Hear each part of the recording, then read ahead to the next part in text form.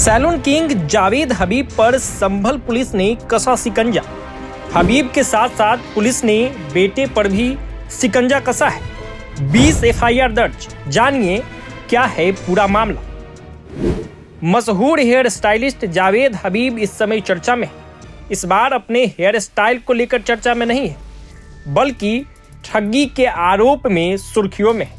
संभल police बड़ी कार्रवाई करते हुए उनके और उनके परिवार वालों के खिलाफ 20 एफआईआर दर्ज कर चुकी है।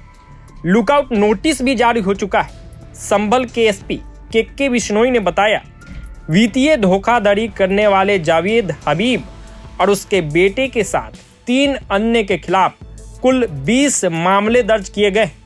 आगे वीडियो में सुनिए संभल के एसपी के बिश्नोई ने जावेद हबीब को लेकर क्या कुछ खुलासा किए हैं, क्या कुछ उन्होंने कहा है, वीडियो में देखिए। जनपद संभल में अपराध एवं अपराधियों पर अंकुश लगाने के अनुक्रम में कुल 20 मुकदमे एक फाइनेंशियल फ्रॉड करने वाले जावेद हबीब, उनके पुत्र अनोस और सैफुल्ला नाम के 3 लोगों के खिलाफ पंजीकृत किए गए हैं। इन लोगों के द्वारा एक गैंग की तरह काम करके संभल के भोले भाले लोगों को ड्यूप किया गया।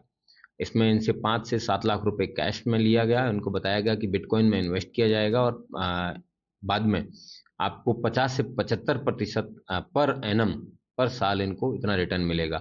2.5 साल बीत जाने के बाद भी जब इनको किसी प्रकार की कोई धनराशि नहीं मिली, इन लोगों के द्वारा अपने आप को ठगा महसूस किया गया। इन लोगों के द्वारा पुलिस को अप्रोच किया गया। इनको बताया, उन्होंने वो ब्रोशर दिया, इसमें फॉलिक्यूल ग्लोबल कंपनी नाम का एक ब्रोशर था। उसमें इन लोगों को इन्वेस्ट करने के लिए बताया था। पूरी लाइफस्टाइल की एक चैन के रूप में ये बात बताई गई थी। अंततः इन लोगों की जांच की गई और जांच में ये बात सत्य पाई गई कि इन लोगों के साथ फ्रॉड हुआ है। पुलिस के द्वारा अभियोग पंजीकृत किया गया है। प्रतिदिन इसमें नए नए वादी हैं, वो लोग आ रहे हैं, अपनी बातें बता रहे हैं, उसके आधार पर अभियोग पंजीकृत किया गया है। कुल अभी तक 35 लोगों के द्वारा अपनी बातें बताई गई। इसमें कुल 20 अभियोग पंजीकृत किए गए हैं। मैं अनुरोध करता हूं सभी लोगों से कि अपनी बात सभी लोग आके बताएं, और जो अक्यूज्ड हैं उनसे भी कहता हूं कि आप जनता के जो इनके पैसे लिए हैं उन लोगों के पैसे लौटाएं, उसके साथ साथ इन्वेस्टिगेशन में हमारा सहयोग करें। सर, इन्होंने कोई सेमिनार भी किया था? इन्होंने यहाँ संभल के कस्बा संभल में ही एक सेमिनार किया था, जिसके अंदर इन लोगों को लोक लुभावने वादे किए थे। उसके साथ साथ अगर इन लोगों के द्वारा इस तरीके के जो पैसे लिए हैं वापस नहीं लौटाए तो 107 बीएनएस में जो प्रॉपर्टी इन्होंने इस पैसे से जो कमाई है उसको सीज किया जाएगा और इन लोगों को वो पैसा वापस दिलवाया जाएगा। सर, आयोग द्वारा कोई नोटिस भी दिया गया है? आयोग द्वारा इनको जो पहले 91 सीआरपीसी होती थी उसका नोटिस दिया गया, जिसमें इनको इन्वेस्टिगेशन ज्वाइन करने के लिए बुलाया गया है और साथ में कागजात लेके बुलाया गया है।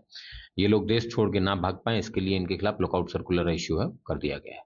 सर, ये ईओडब्ल्यू के हिसाब से भी कोई कार्रवाई की गई है?